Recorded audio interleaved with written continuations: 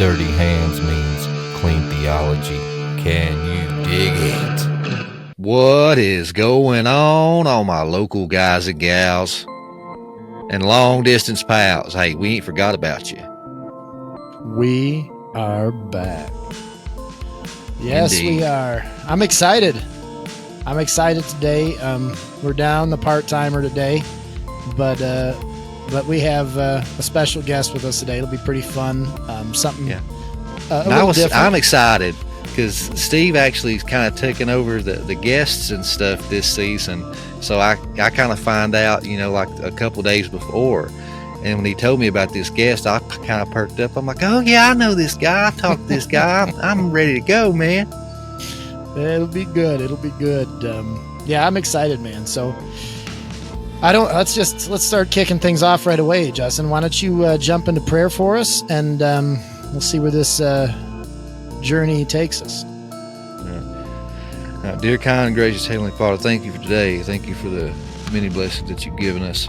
Thank you for the opportunity to dive into your word and seek out these treasures that you've left behind for us that like to seek, Father. And we thank you for this guest today, and we thank you for his endurance to push forward and dive through your word and seek out some of these gold nuggets, as we like to say, and taking the time to go on these shows and stuff and share his treasures with us, Father. We're just so thankful for that. We just pray a blessing over the broadcast today, and we pray that whoever is listening, the person that needs to hear this, to reestablish their faith, give them a firm foundation to stand on, and to witness to the world, Father. We pray that these people find this show and that they find it enlightening, and that they use this to edify your name, Father. In Jesus' name we pray, amen.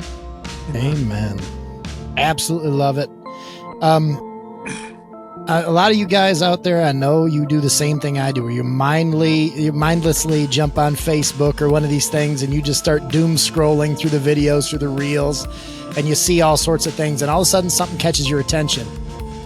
Well, that's what happened to me in this exact situation, and I started watching reel after reel, and I'm like, I have to reach out to this guy because he was blowing my mind. So without further ado, I'm going to introduce John Adolphi from the Lost World Museum. Thank you so much, John, for being a part of the show. I know Justin's excited. I know I am, especially after everything we talked about. Sure. Buddy, I am just super glad you're here with us. And thank you for reaching out to me and asking me to come on. It's always a pleasure to be able to get on people's show and just talk and see what's up. And like you said in your prayer, you never know who's going to stumble on this podcast or vlog and and be able to be inspired by something that one of us says. Love it. I absolutely agree. Now, we talked a little bit the other day. You have quite a collection of different things and some artifacts, some things of this nature that I find kind of fascinating. You bring some of this stuff up when you're going over some of your reels, some of the videos that you put out, things of that nature. And it's something that's near and dear to my heart, and it's something that we've really been focusing on lately because we are actually starting to shoot a documentary on the creation versus evolution type thing. So I love finding someone that is passionate about that and has some insight and some things that they'd like to show to kind of further people's understanding about how creation is just makes sense. So, John, I know you have a few of these things. I know you want to show us a few things, and I'm excited. Just for those out there, I'm sorry, go ahead. Oh, I was just going to say, too, before you get too deep into it, for those that don't, know about you, kind of just give everybody a feel of, what your channel is, what you do, kind of how you got into it, and kind of give everybody a little feel for you. I'll give you the 45-second version. So I was in the Navy, and in '84, I had an experience on board my ship, and basically my conscious mind at the time, that's what I thought it was, asked the question in so many words, is it Adam or is it ape? Because we like to ask the provocative, important question: is it apes, aliens, or Adam? We throw the aliens in there too, because that's a theory that some people ascribe to. And I came to the conclusion, as a ex-Catholic agnostic, I came to the conclusion, like instantly, that it had to be Adam, or the Bible was inspired, because the alternative, when I actually thought about it, the end result of that idea that there is no God, and that, and it's not like I was thinking in terms of evolution, but there's no God, there's no God. And I was horrified, to be honest with you. Now you understand, I wasn't like, this is going to be longer than 45 seconds. I wasn't going to, well, this is my testimony in a sense, because, I was just kind of floating along. I didn't have a bad life, nothing. I wasn't looking to be a Christian or anything like that. None whatsoever. I was perfectly happy where I was at. And, but truth demanded an answer. And when I looked at the idea of nothing brought this about, and there was nothing beyond death, I was horrified how depressing, hopeless, and dark that was. And I didn't really, you don't talk about that in science class. You don't talk about the philosophical implications of evolution from the standpoint of, as the Bible says, that God has put eternity in our hearts. This is something that's naturally born. Now, you may have some tough times, want to think of ending your life, or you just, are you really tired about life or whatever? I get that. But when you're physically and mentally and emotionally in a right place, you don't want to die. Nobody really does, for the most part. So that started my journey. And I wound up taking a Revelation seminar, and I ended up being baptized a Seventh-day Adventist. Now, I'm not a flag waver, but let me just say this that I found out to be very, very interesting. And that is, when I was down at the Creation Evidence Museum in Glen Rose, Texas, it's a hotbed for young Earth creationists to hang out at. It's just a wonderful place. And I kept hearing about other Christians who are into young Earth creationism going back to their churches, really not just because they heard it once, but they really studied in this. And they really felt a burden to be able to share this with their church, and their churches are rejecting it. They're thinking they're kind of like off in left field, like they're some conspiracy person, or this is just unnecessary for the Christian knowledge and experience. And I couldn't understand why, because in the Seventh-day Adventist Church, everybody is a young Earth creationist, without exception.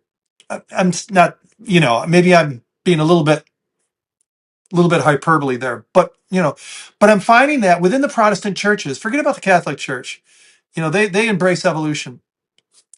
Within the Protestant churches, they're not all young Earth creationists. They're either agnostic about the subject, or they're old Earth creationists, or they have no interest in it, or they are against it. I'm like, what? It took me a while to piece this together. I didn't read this anywhere. I had to piece this together based on so you guys being enamored with this is really, really cool. For where I came from, I think everybody should be a young Earth creationist without exception. Because it's right. And there are people out there, skeptics or people who are not really sure about it, whatever.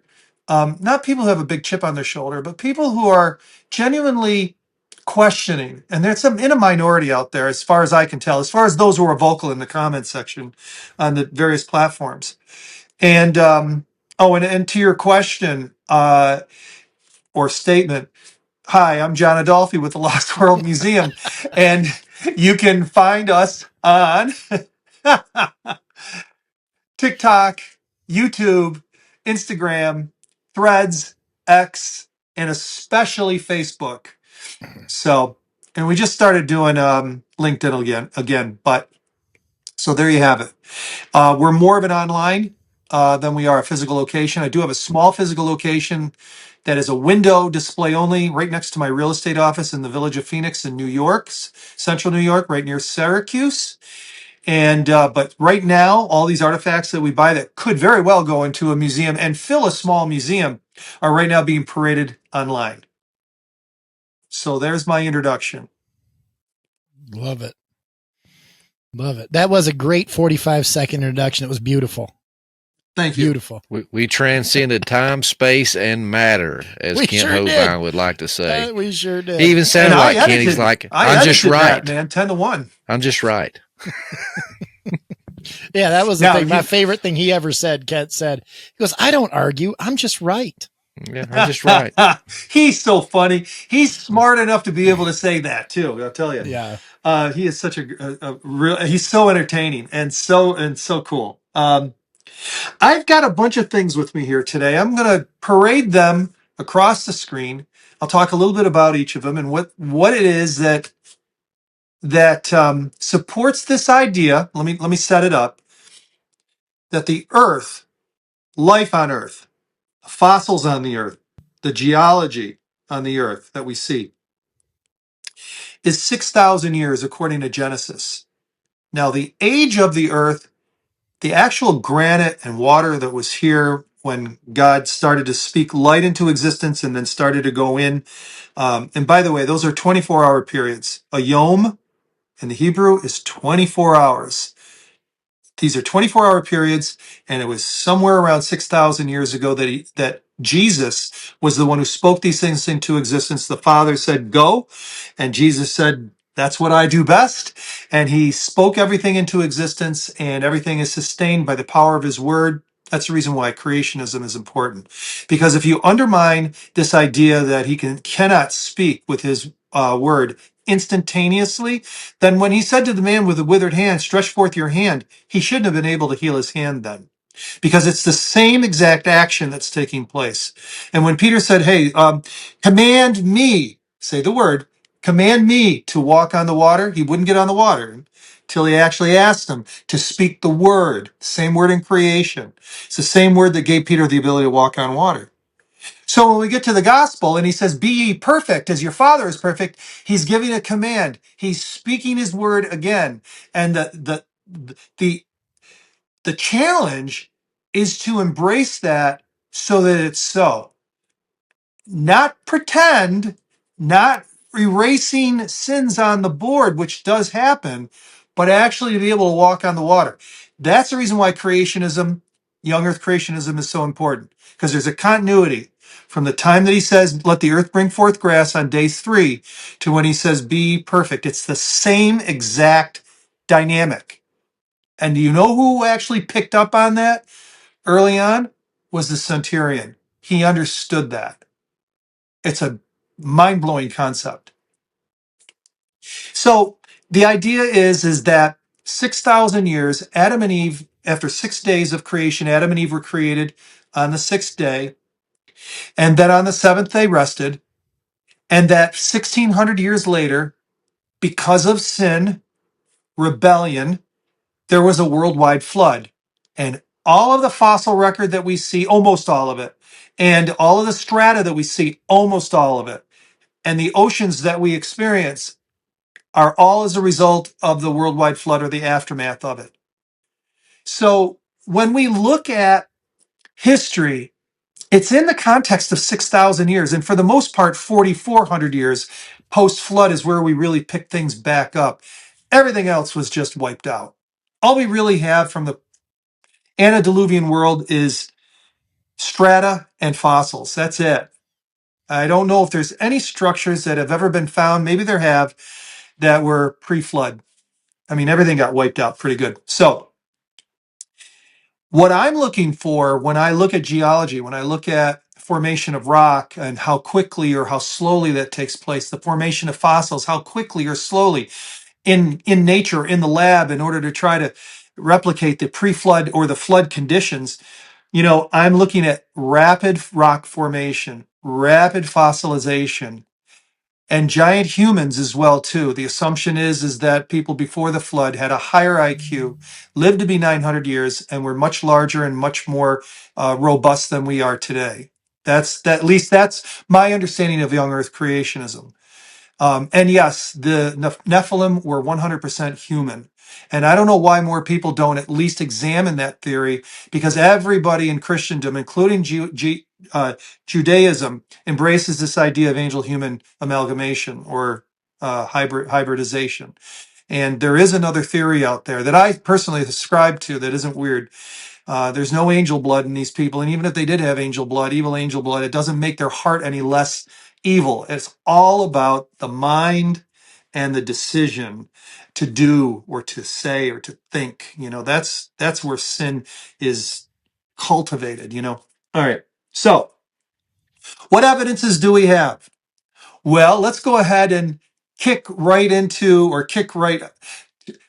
I'm not facetious about these things or vindictive, but the dating methods is what everything rises and falls on the dating methods. Carbon dating for up to, according to evolution. And I'll when I use millions of years or hundreds of thousands of years, I'll try to preface it, but we're talking about the evolution theory. Yep, there you go. There's these lava rocks. Okay. And I have a certificate of authenticity right here. Let me just read it. This is to certify that the rock from, and I cannot pronounce this, Keopi'oleu in Hawaii Mhm. was dated by 3 independent groups. Test number 1, scientists dated the rock using the potassium argon method. And they came up with they came up with an age of 1 to 2.4 billion years. Okay. Scientists dated the rock via helium radiometric method, came up with 140 to 670 million years. Well, we'll stop right there and you would say, why do we have a span of 140 million years to 2.4 billion years? And you could give this the mathematical percentage of how much difference there is between that and have to scratch your head. But the islanders watched this rock form in the eruption in 1801. This is only 200 years old. Now, this is just one example. And some would say, well, just because you got one example of something like that doesn't mean anything. Okay, that's fine. That's fine. So the question is, when we see something like this was taken from Glen Rose, Texas. This was taken by evolutionary paleontologists when the river was dry. They went in and they did castings, and then just so happens that this was for sale at the Dinosaur Valley State Park in Glen Rose. And they had 3 of them on the wall, and they were there just for one day, and we snatched all 3 of them. This is the smallest of the 3. This is an Acrocanthosaurus. Now, this is in limestone. And the limestone, they did a nice job of painting this, approximate color of what limestone looks like. It's absolutely gorgeous when it's wet. It's flat. And when we're scraping the mud off, looking for dinosaur tracks, it just glistens in the sun. It's just gorgeous. But this is limestone. Now, limestone, there's a large range for limestone, but the Cretaceous limestone pigeonholes it between 65 million years and 140 million years. And in Glen Rose, they have assigned it to be somewhere in the neighborhood of 100 to 108 million years. Okay. Cretaceous limestone. In 1964, in the Paluxy River in Glen Rose, where that dinosaur footprint was found, and this is a second generation replica, and I'll explain in just a second the history behind this. This was found.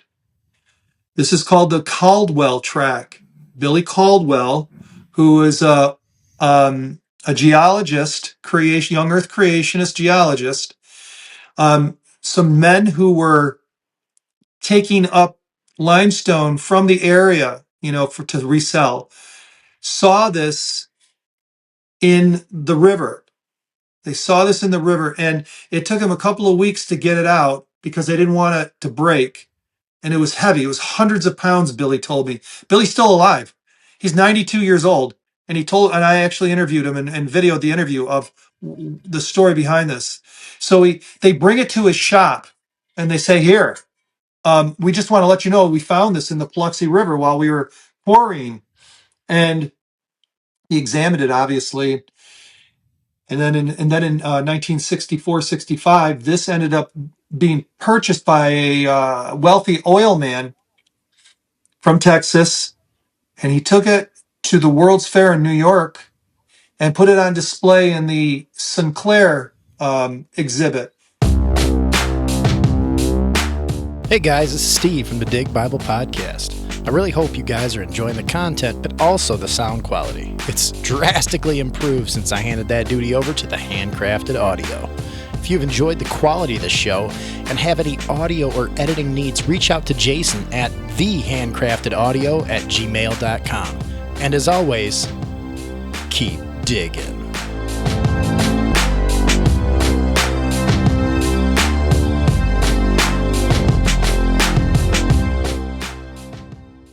Sinclair is that green dinosaur. Are you familiar with that? Sinclair Oil? Oil company.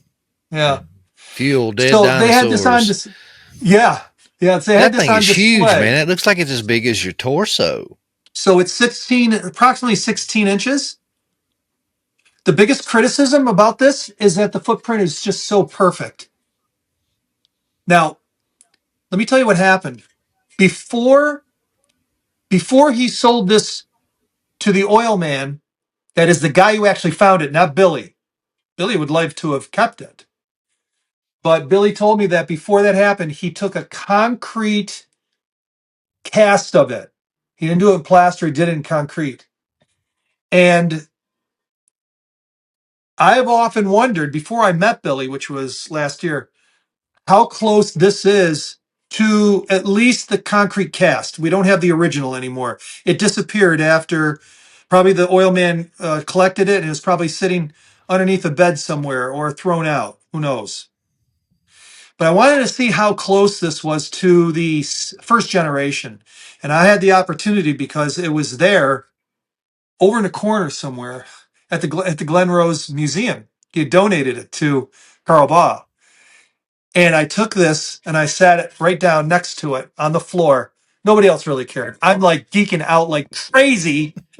And nobody was like, because this wasn't even on display. It was just sitting on another fossil over there, in two pieces. He had dropped it, so it broke in two. Oh. And I put this next to it and I photographed it and I videoed it. I haven't released it.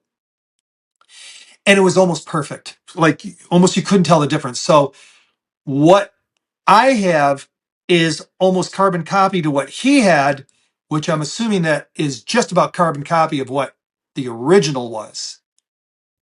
So now we have a human footprint, a giant human footprint in Cretaceous limestone. Drop the mic. Critics say that this is a fraud. It was carved, or he's lying.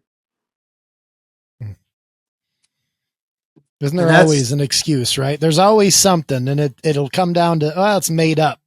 Well, it's just something fabricated. Oh, oh man, it just drives me nuts. But you keep coming, one more arrow after another arrow, just another dart in that evolutionary theory, one after another.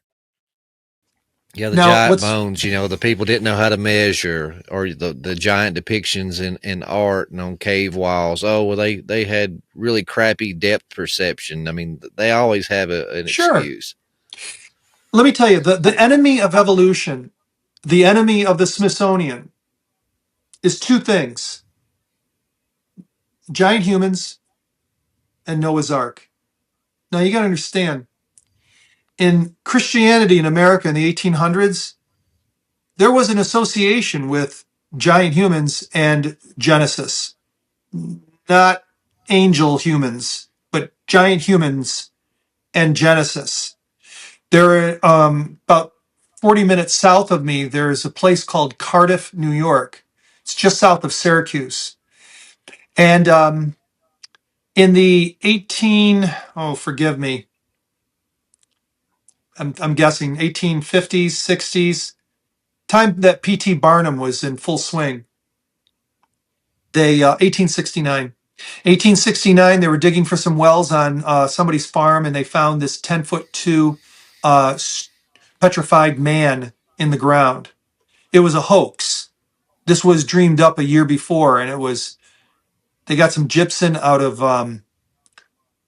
It was Fort Dodge, Iowa, and they hauled it all the way back to Syracuse, and they chipped this thing and made it look like a human, and they buried it.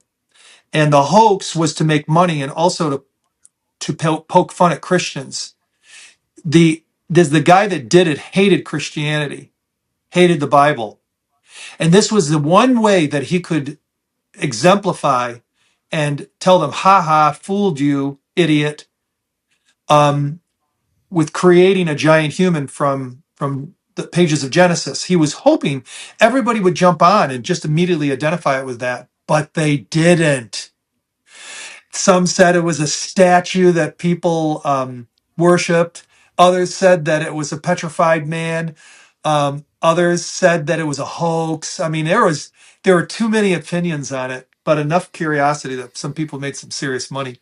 So another thing I don't have on me, I do have it downstairs, is that in the Paluxy River, a giant cat, whether it be saber tooth or American lion, was found in the same Cretaceous limestone. And the original, not a cast, which is what I have, the original is at the Creation Evidence Museum in Glen Rose, Texas. So now you have a dinosaur, a large cat, and a human in the same relative strata of Cretaceous limestone. That's crazy. So you either have to dismiss one or more of those some way, somehow, or it was either during or shortly after the worldwide flood that all this was laid down. Probably during. It's crazy because So- you look at the same kind of thing when you go to like the Grand Canyon, right? And you see the layers, the way that the sediment lays, and everything's so perfect, right? The layer upon layer, the way the sediment would have laid when say the flood was happening. So you get a sediment layer of something heavier here, and the next layer comes here, and everything's so perfectly level. You know, if it was something over time, you would have erosion, you would have things that jut out, you would have all these different changes in each layer of that strata. But instead, it's that perfect layer. Same thing when you find those fossils, just like that, all in that same layer. It just points back to the same thing. You know, one recently they discovered that white sands. Where's that? New Mexico? Yeah. Or I seen it on that Graham Hancock Ancient Apocalypse, the new one that they were finding, like you were saying, all these ancient extinct creature footprints, but alongside of them, human footprints. Yeah, they also had giant human footprints in white sands that are no longer there. Those footprints really do come and go, not come, but they do get eroded really quick because of the either wind or water action. There's more to it than that. There's something else that breaks it down, and I can't remember what it was. But I remember when I was in Yuma, Arizona, I was at a library and got a book that referenced various things like you're talking about. And in White Sands, and I'm not sure exactly when, but it was in, like from somewhere between 1940 to 1980, whatever, somewhere in there, they found 23-inch human footprints with an 8-inch width at the ball of the foot that had strides that suggested that the person was, 11, 12 feet tall. And Glen Rose, they had the same thing. But now, of course, they'll tell you that those are just eroded dinosaur, a certain type of dinosaur footprint, that parts of it were eroded. Well, how come the dinosaur print next to it isn't eroded any differently than the one that you're saying is that looks like a human footprint, but you're saying is a dinosaur print? I talked to a lady, her name is Beverly Birrell, and Beverly gave me all of her father's research from the Paluxy River in the 1970s. She sent me 400 slides and photos and Super 8 film from that era when they were damming it up and looking for tracks. And there was at least a half a dozen or more giant human footprints. Now, I didn't have the luxury of being able to be there to see them. I saw the photos, and you certainly could surmise that they were. But you know what she told me? She said, John, I don't know, she was a teenager or whatever at the time. I saw them up close. Those were human. You could see that the toes and everything, that was human, she said. There was no mistaking it. Nothing like an Yep. eyewitness report that people like to dismiss, but she, Well, and last then time we talked, you said that you had access to a book that went out of print, and it involved giants and some footprints, and that you were in the process of getting the rights to republish it. Is this the right, same thing you're talking about, or it's is it, am called I thinking of something different? No, Giants Against Evolution by Joe Taylor. Joe passed away, and before he passed away, he gave me the ability to at least sell the digital versions of it. We haven't approached anyone, if there is anyone, regarding the actual, actually printing it. Wait a minute. That's not it. You're Mm. talking about Valley of the Giants and Giant Man Tracks. Yes. Valley of the Giants by Cian Doherty is quite a famous within the realm of people that look into this stuff. It's a very famous book. Valley of the Giants. Carl Baugh ended up with the rights to it, believe it or not. And I called up Carl after I found that out and I said, "Hey Carl, can I reprint this? I mean, redo it really well. I mean, I want to just retypeset it. I want to AI the photos. I want to." He goes, "Do it." So that's what we did. And the photos were a little better, and I was very pleased with what we did. But then Beverly Birrell came out of the woodwork, and she said, "My dad did a book called, who knew Cian Doherty, they were good friends, called Giant Man Tracks." I'm like going, "Ooh." So she sent me the book, and then we made arrangements to get all of her dad's stuff. Now, the reason why that was so important is because I wanted to retypeset his book too, Giant Man Tracks. And she said, "Yeah, sure, go for it." So I did. And then all of those 400 slides, I went through every single one and scanned every single one to look for the photos in the book that we could replace with color 35 millimeter digital scans. I'm That's almost cool. getting goosebumps just saying that. That's cool. It really is. We got about 75% of the photos replaced with the new ones.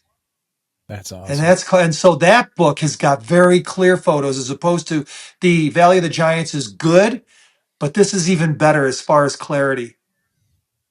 That's so cool. If anybody cares, I'm just saying Wh- that's, Yeah. yeah. When can we get our hands on That's what these? I'm wondering. They're right on my site. They're right on my site, Well, Lost there you World go. Museum. All right, I'll see you guys later. I'm gonna Yep. go order a book. Yep. That'll be You'll my have a Christmas feast. present to myself. There you go. Okay, listen, not that this is a commercial, okay? But you know what we did? We also scanned them digitally, okay, both of those books.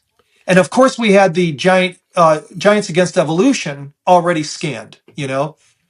We sell all three of those as a bundle for like $39 or something like that. Wow. So if you like digital, have at it. Most people on Amazon, when they order it, always order the paper. Paper still triumphs. I Yep. prefer to have a solid Yep. copy, to be honest Yep. with you. I hear you. I do too. And I think I retain better on that too. Plus, I like taking notes, highlighting, writing the margins. I like have my research library, Yep. my reference library. You can look behind me. There's some of it.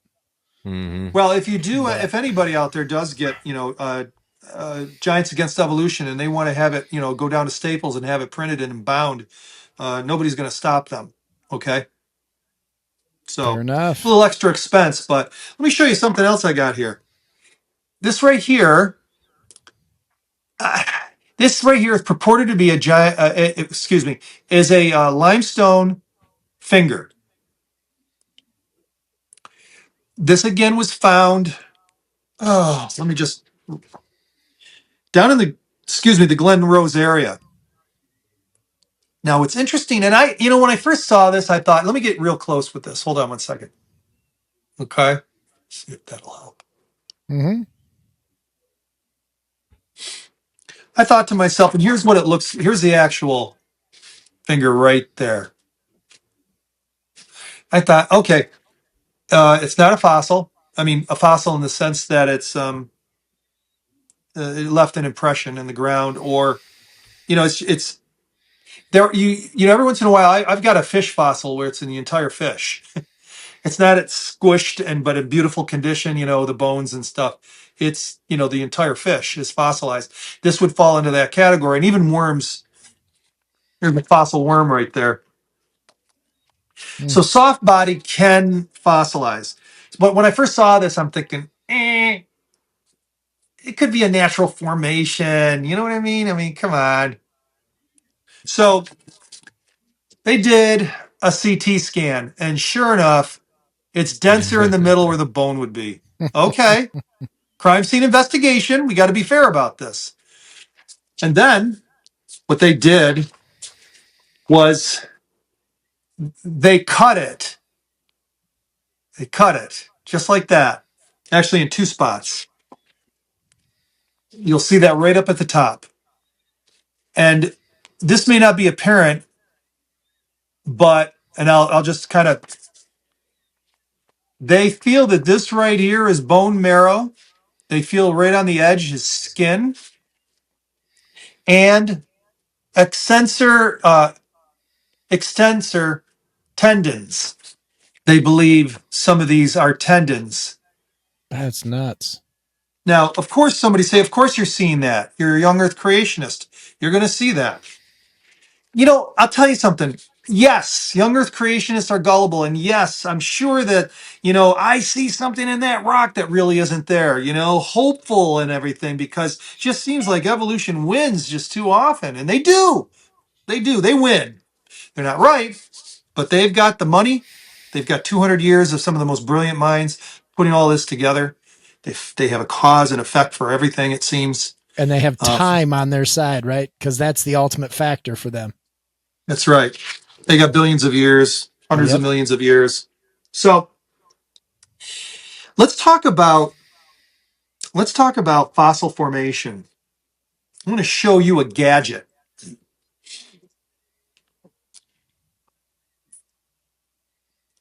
going to lift it because it's just going to hold on. This is what I bought this thing for.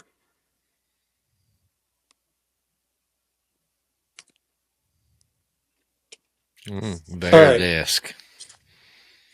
I affectionately call this the Franken fossil maker because it looks like something that you would have in a laboratory. Mm-hmm. These come off.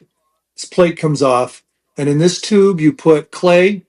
I'll just simplify it. You put clay and some screens and some organic matter like a leaf, and then you compress it to a certain psi equivalent, and then you stick it in the oven 400 some odd degrees for 12 hours. And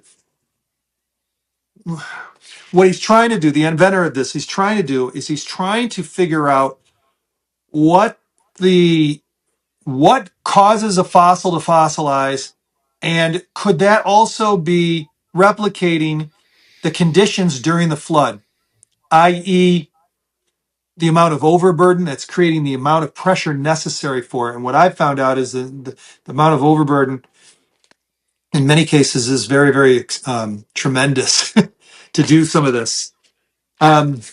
So you take a leaf and you put it in the fossil maker, and after 24 hours from the time that you stick it in there and in the oven and then take it out and let it cool down, this is what happens. That's pretty crazy. Yeah. Now critics will sit there and say, that's just, I don't know if they say carbonized or something, whatever. There's always that, yeah. And then, some other leaves that he had. So he can stack this stuff when he puts it in that tube or the cylinder. And then I'll show you one more. Maybe you can try to guess this one. Is that coral? It's a squid. Oh, okay. Yeah. I saw the little suction cups. I was looked like a little piece of coral or something. But yeah, I see that. Yeah. It's I a was about to say squid. a pot leaf. I thought we still in the plants. And that's a fossil, man. That right there, it's not like it's been impressed or burned in or whatever. No. That is a fossil. How long did it take? 24 hours.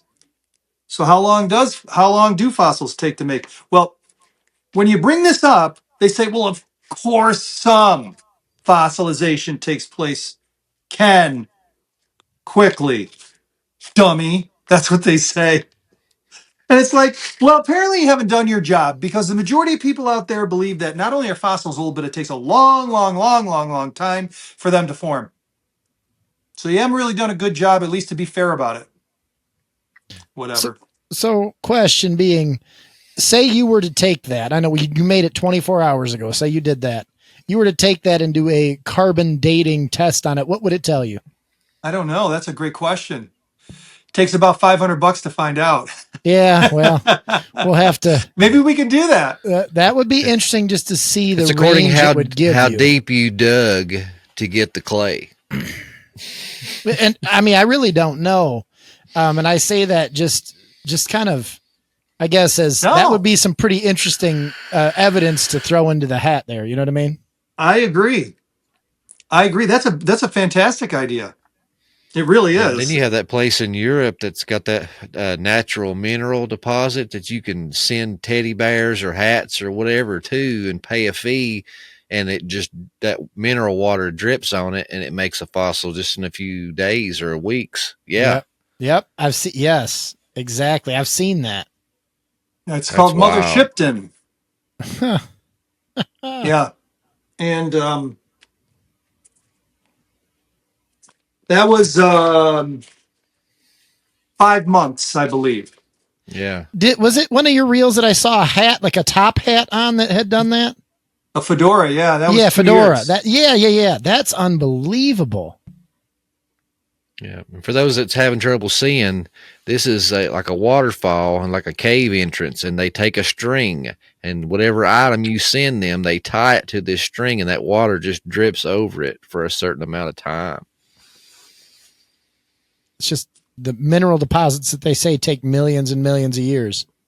No, it's yeah, and again, they sit there and they try to correct me by saying, no. We know that, depending on the density of the material and how fast the water flow is and the temperature and all of that, we know that it can form things quickly. Well, apparently you haven't put the word out there, because nobody knows that. And that's what you would expect to see or be able to replicate in the lab or in nature, if you can find it in nature, of a young Earth. That's what you would see. That's what you would find. I don't see anything fossilizing right now. I don't see anything half fossilizing. Hardly.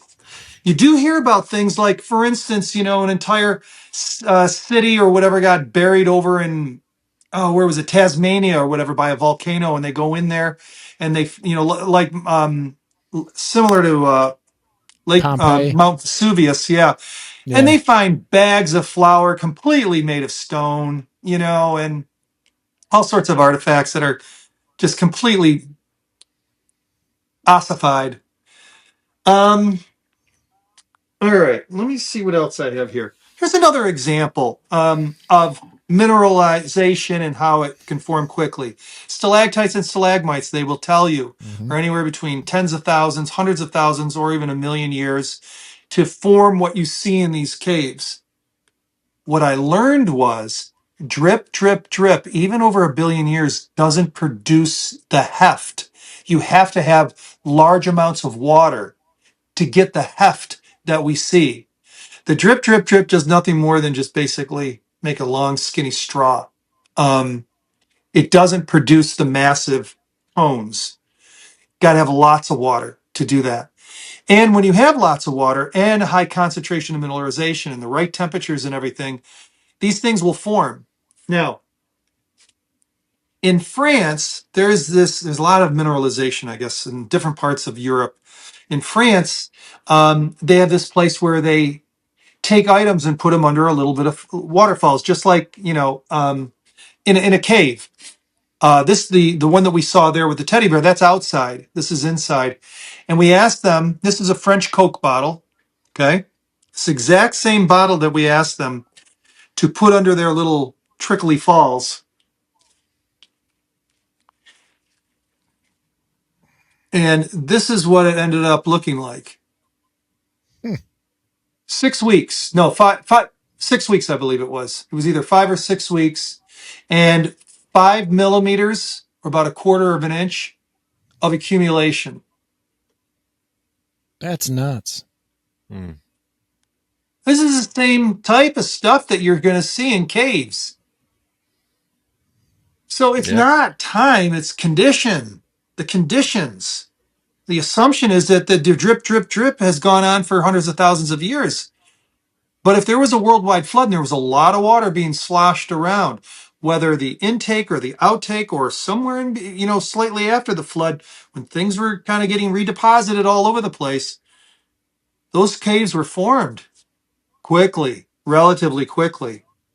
Hundreds of years, 1,000 years at the most. Yeah. So, no. He said no. It's You know just what the bottom amazing. line is? And anybody who's watching or listening to this, let me tell you what the bottom line is to this whole discussion.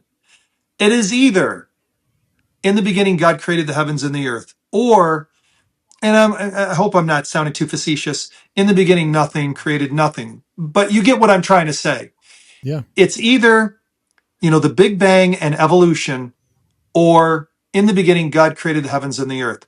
It really boils down to that. You can sit there and talk about science, this, science, that. Science has to be repeatable and observable. And, when we're talking about this type of science, yes, there's science involved, but the very fundamentals of science aren't able to join in with this discussion because you can't observe it and you can't test it. It's not repeatable. And so you got to use historical records as one way to try to help understand what happened. But anyway. Well, I think you did just show that it can be repeated and it doesn't take that long. So that to me is right there is evidence enough. But I think we talk about this, and I'm sure Carl Baugh has a replica of that with the I think it's the Delk print they call it, with the it's the dinosaur print over top of the human footprint, where the human footprint had been set down first, and you can see that the dinosaur print had actually kind of gone over the lower part of the foot, and you see those together in one place. You see, That's right. I mean, that is a really, really, really hard thing to fake if you're going to say that the fossils take that long to be created.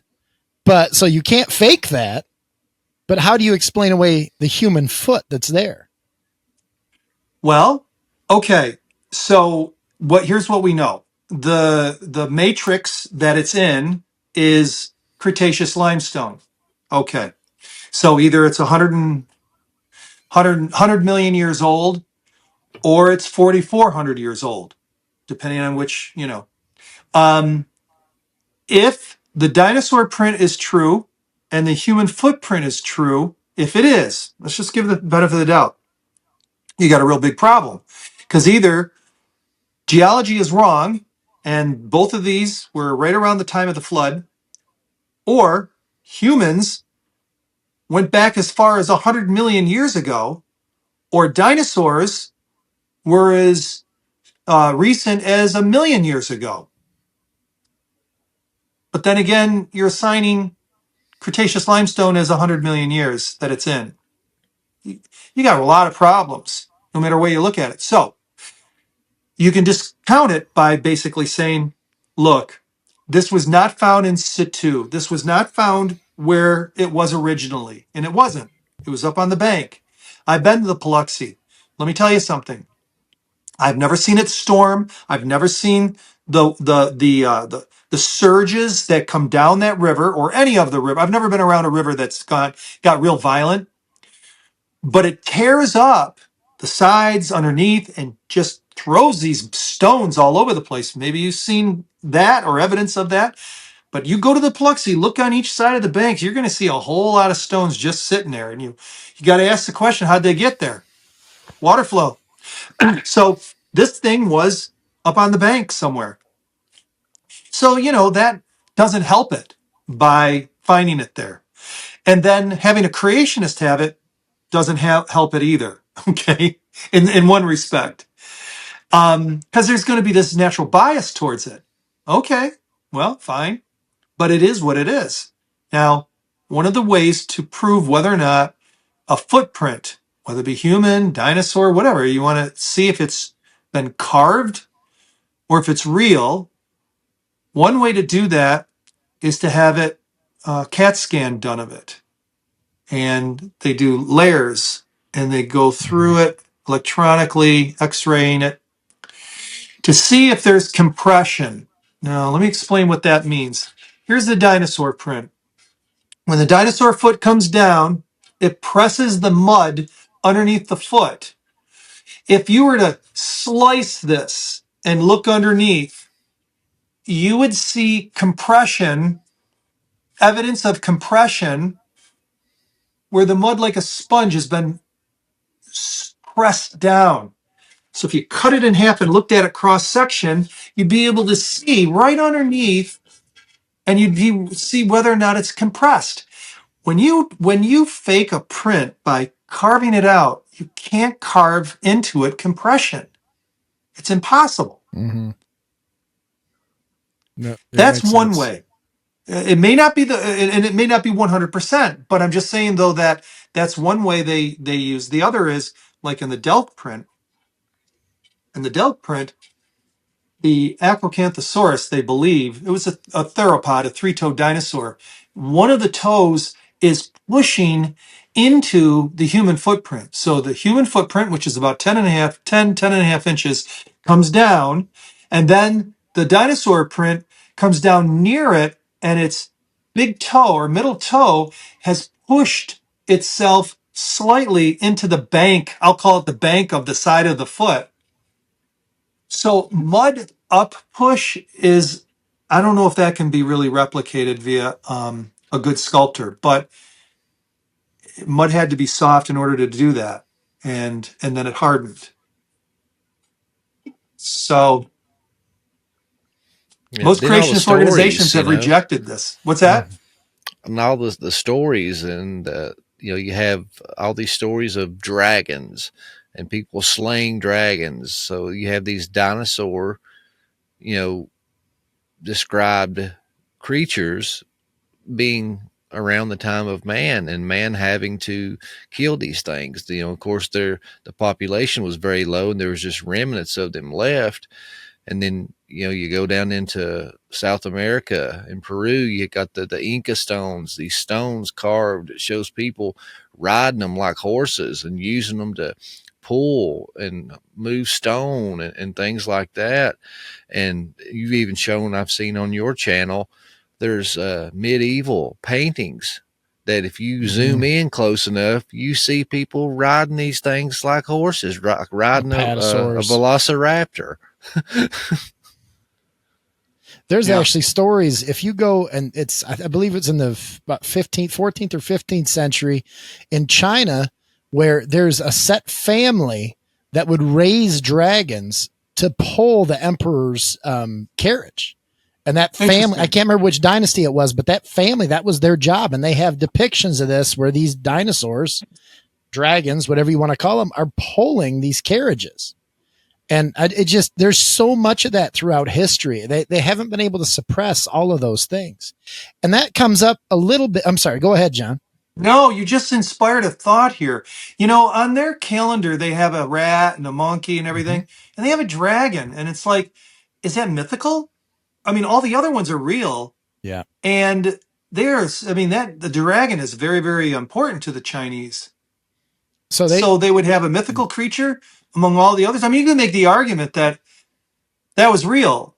Some facsimile of it was, resembling that was real. I don't know. There's probably a little bit of hyperbole involved in it, but it was based on a actual animal. That makes sense.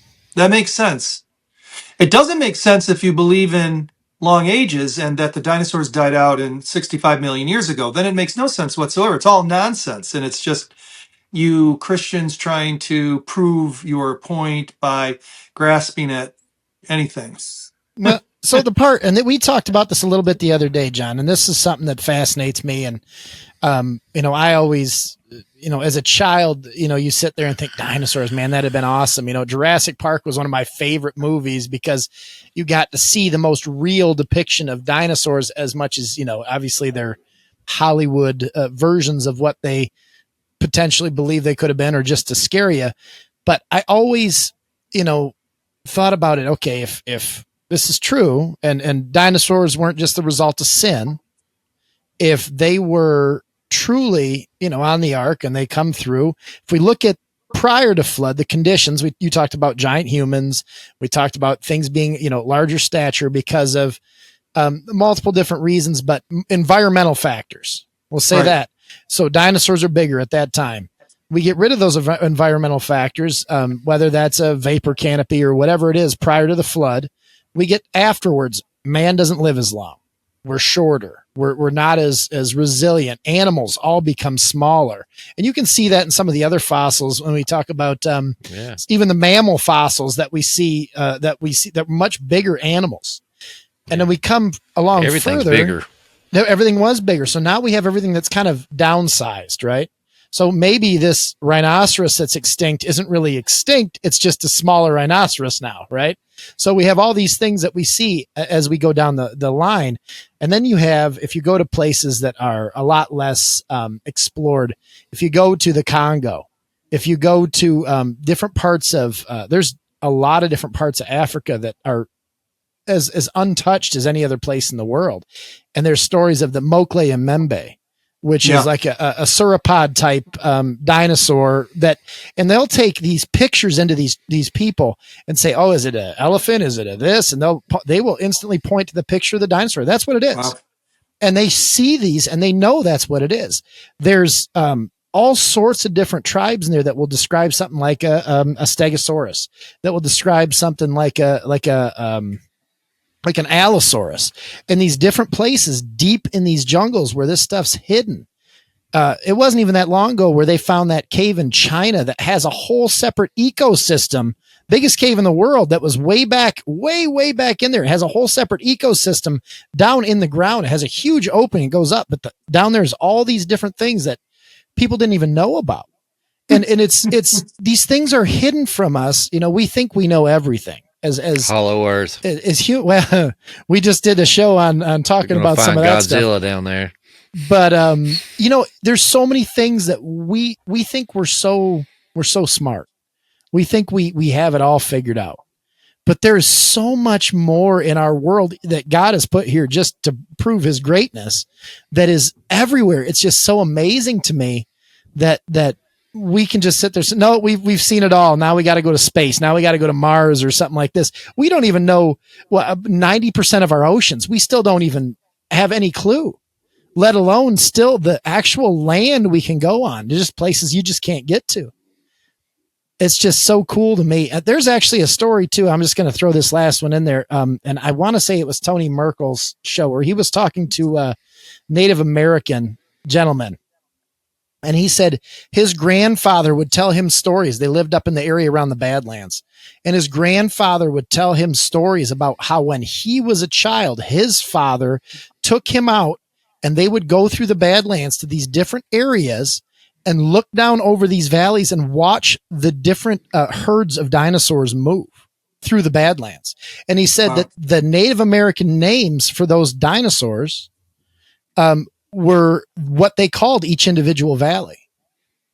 And I mean, this is stuff that has been suppressed from us. This is all knowledge that's out there, but it's, you got to go to the cultures, right? You got to go to the Native American cultures. You got to go to the Chinese, go back into their roots and their culture and into those further back dynasties. You see how much that the dragons were venerated, but they were very real things. You see that throughout all these different world cultures, just like we see the flood story in every world culture. There is a flood story. There is hundreds of flood stories in every different culture. It's there. So how do we disprove all of that? How do we Yeah. disprove the flood when every culture prior to our what we call today mainstream science is the only one that doesn't want to go with that? Well, there's a woman from the 1800s that said, a very spiritual woman. She said that the reception of truth has more to do with the heart than the mind, and I believe that's true. Mm-hmm. It's not a mind thing. It's not a logic thing. It's a heart thing at the very root of it, and that's the reason why. When I was 20 years ago, when I was on a skeptic forum, when I first launched this thing called Bible Land Studios in the Lost World Museum, too, prior to that, I asked somebody on there, I said, let me ask you this. What would you say if they found a 5,000-year-old, 500-foot long wooden ship 15,000 feet on top of Mount Ararat? What would you say then? Do you know what he said? He says nothing. He says there would be a 5,000-year-old ship on top of Mount Ararat. That's That's heart all he said. posture. That's all that he could say about that. Yep. It's Yeah, a I was going heart to thing. quote this verse. You said that, and it brought up this verse that I always was drawn to, especially when we started this show. I think like in our first season, I quoted it a few times, but I forgot. I had to search it up. But it's Proverbs chapter 1, starting verse 20. It says, wisdom crieth aloud in the streets. She uttereth her voice in the broad places. She crieth in the chief places of concourse. At the entrance of the gates in the city she uttereth her words. How long, ye simple ones, will ye love simplicity? And scoffers delight them in scoffing, and fools hate knowledge. It's a matter of the I get heart. it is. I 100%. get daily doses of that on my sites. If usually when people open up a social media site, they like to have people like them and approve of them. And but I would say that anywhere between 70 to 90% of all the comments that I get are people who say you're an idiot and Trolls. variations of that. Absolutely. Absolutely. For a while, there was a little bit of, I was able to sustain it. Then I just was getting bombarded really heavily. I was going into other social media sites, and after a while, it was starting to get to me because I didn't want to retaliate. I did want to, but I didn't. I chose not to do that. And but now I don't know if I'm jaded. I don't care anymore. I don't know, but it's just what they do. I mean, I still care. And it's nice when people are polite, but here's something I'll tell you what, talking about a crime scene investigation. Here's what's very, very interesting. Out of the 20 years that I have been interfacing with people on this subject, I can only count out of the hundreds, maybe thousands and thousands of people that I've either read their comments or have had dialogue with them in one way or another, must be in the thousands. I can only, if I could name them by name, maybe 10 people who disagreed with me who were polite out of the thousands, thousands and thousands, maybe 10, maybe. It's such a minority. There seems to be this intense desire, antagonism.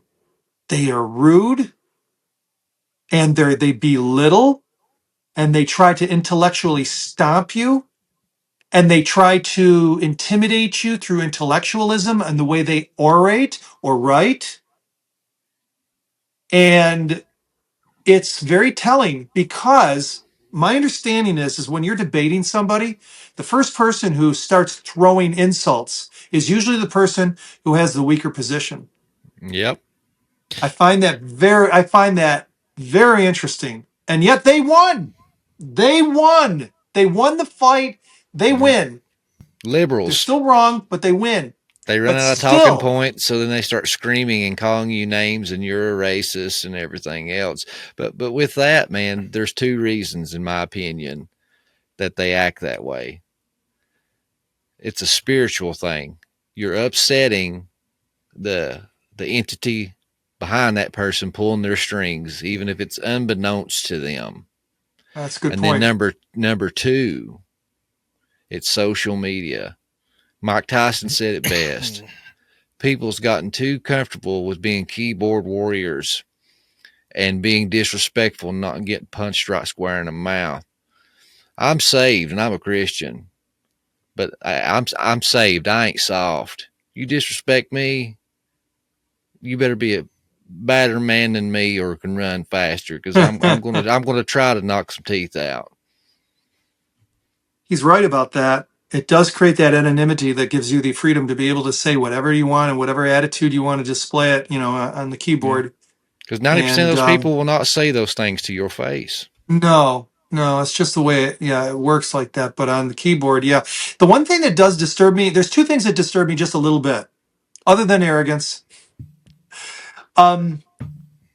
When they say that I'm hurting children, it doesn't bother me as much anymore, but it did when they don't say it very often, but I've had, that young earth creationism hurts children, and it's just the opposite. Mm-hmm. And I know that. And the other thing that kind of gets me is when somebody who's claims to be some born again Christian attacks me. I find that very ironic. And that does bother me a little bit more than the atheist. So I'll say one thing, and this is my stance on this all the time, because we see it a little bit, not as much as you do, I'm sure. But we see it sometimes. But I will always say anger comes from conviction. So the minute that something offends you, you feel it because you're convicted. When it says that Jesus stands at the door and he knocks, he's knocking on your heart, right? As soon as you feel conviction in you, all of a sudden you have a choice. Either you can open up to that or you can fight it as strong as you want. You can deadbolt that door. You can lock that door. You can shout at that person to get away from your door. And is that exactly what Justin was talking about? Ephesians 6:12, right? We don't fight against flesh and blood. There is something behind those people. We're fighting an evil entity. It's a supernatural spiritual war. Spiritual warfare is very, very real. It is right there behind you. It is all around you. And the goal of those supernatural entities is to tear down those who are pushing the word of God. That's their whole goal. So the more flack you get, that means you're doing something good. The harder that they come at you, that means you're doing what's right. And I'll also say to that same point that, oh man, I was going really somewhere good with this. Yeah. I was going somewhere good with this. Yeah.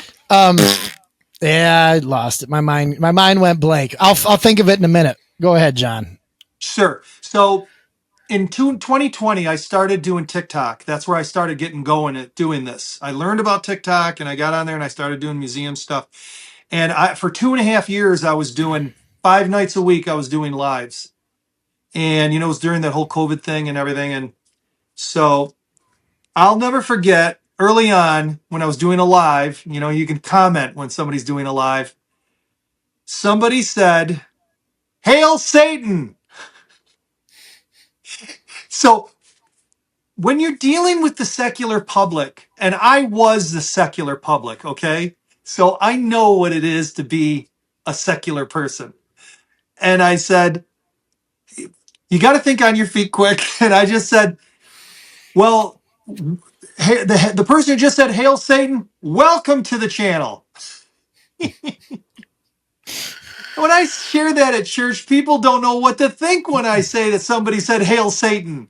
They think that's like, you can't do that. Yeah, I welcomed them right in. Come on in, Yeah. It's like kids doing really outlandish stuff, just looking for a reaction. Oh, they do. If I was 18 years old, I'd be on there saying, "Hail Satan," everybody. I was a terrible instigator. Yep.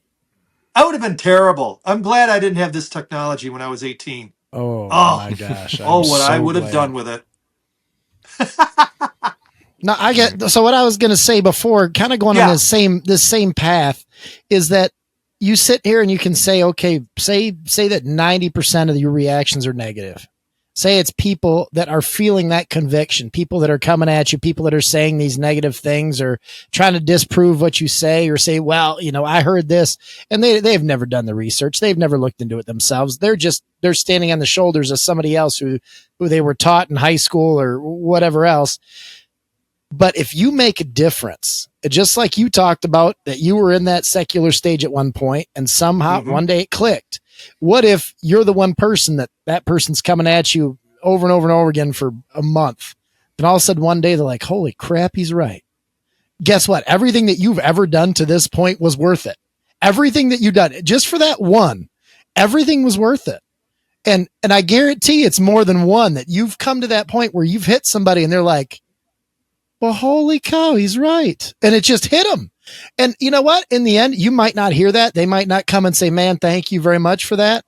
But it's those things that God looks at us, when we get up there, well done, my good and faithful servant, all that. He's going to be there, pat you on the back, say, hey.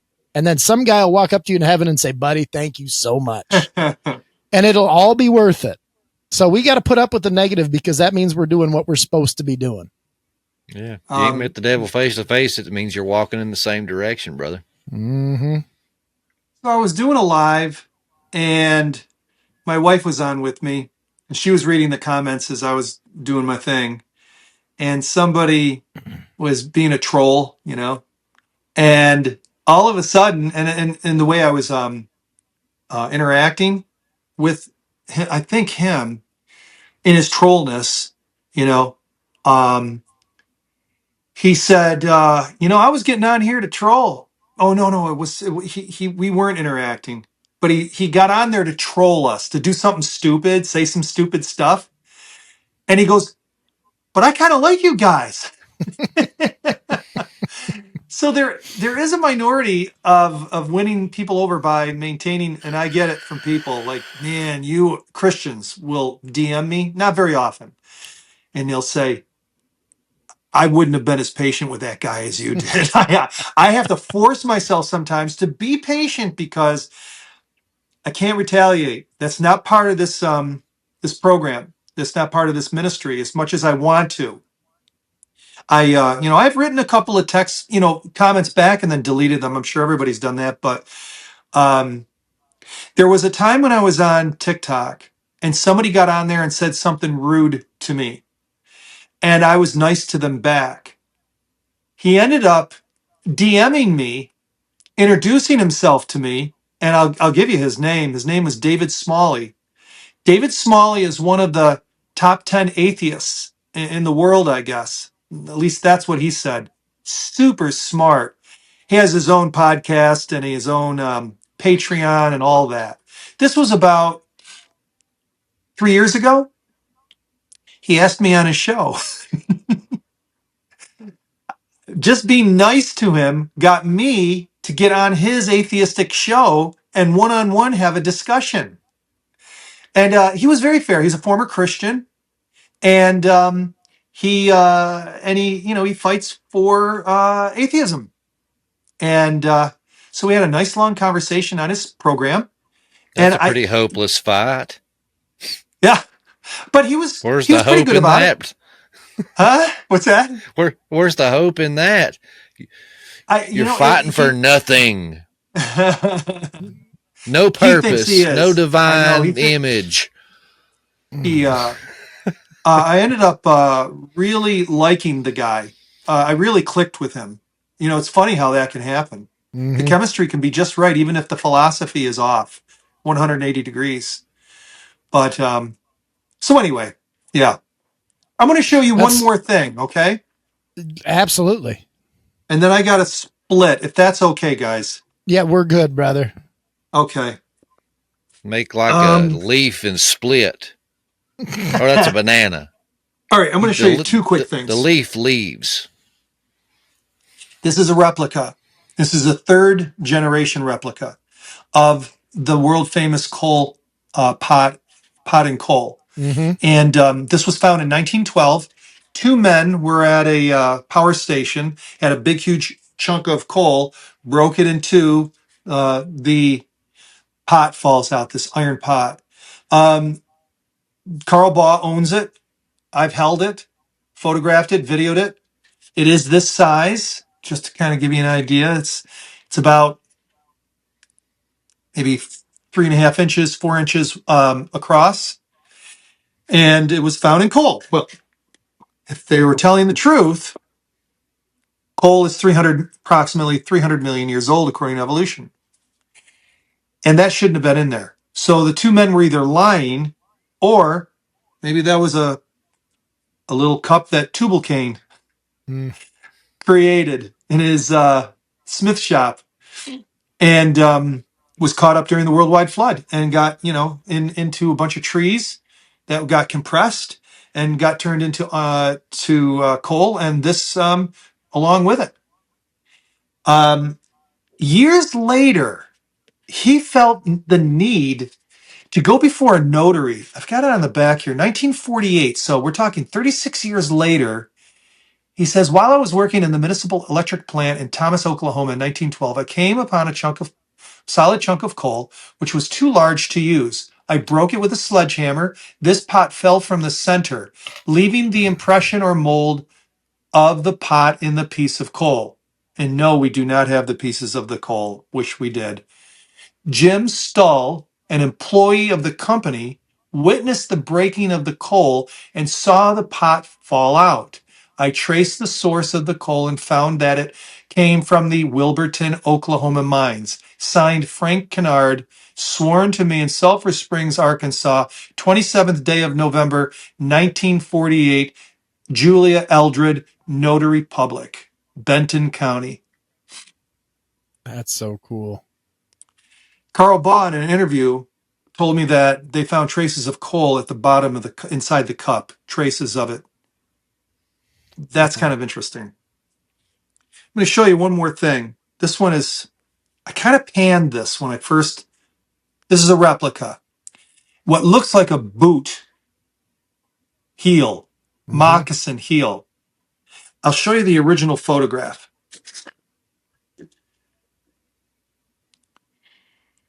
And as you can see demonstrated, it looks like it's a stripped off sole and a boot, or it could be a moccasin, or it could be just a natural formation. So, the critics say, oh, that's ironstone. Ironstone has all sorts of squiggly lines and stuff. So I got some ironstone to see what that was like. Here's what ironstone looks like. It's like, okay, good point. Maybe this is, this kind of, thing. But when you look at this, does it look more like this? Yeah. Or does it, I know this is not the correct way of, this is not this, but. Yeah, that other one's too random. Yeah. And it was found in 1917 in right in Nevada. And sure enough, in 1922, it says, imprint of Triassic shoe may change method of estimating world's age. Now, out of This is a secular curiosity, newspaper. was that ever? Did they do a CT of that to find that there was a pressure from the actual foot being pushed down the same way as the other one? No, they didn't.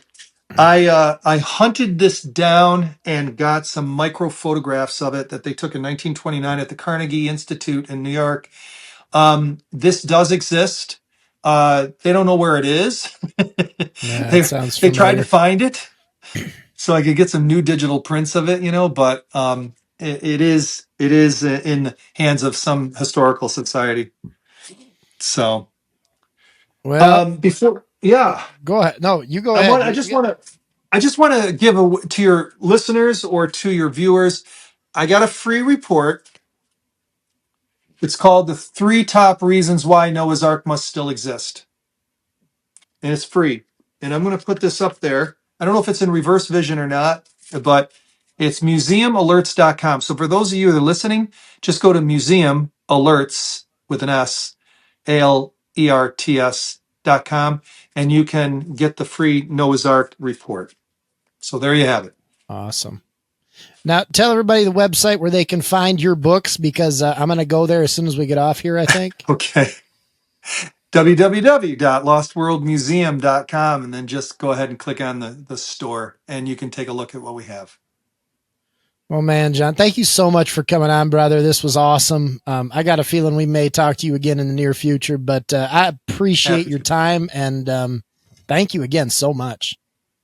Thank you, guys. Appreciate it. Thank you, listeners or watchers out there. Take care. And everybody else out there, Keep digging, baby. we thank you for listening to the Dig Bible Podcast. Questions, comments, or future episode ideas? We'd love to hear from you at the dig423@gmail.com. If you enjoy our content, don't forget to share, subscribe, and check out our Facebook group at the Dig Podcast. Remember, you can't lean on a shovel and pray for a hole. You gotta dig.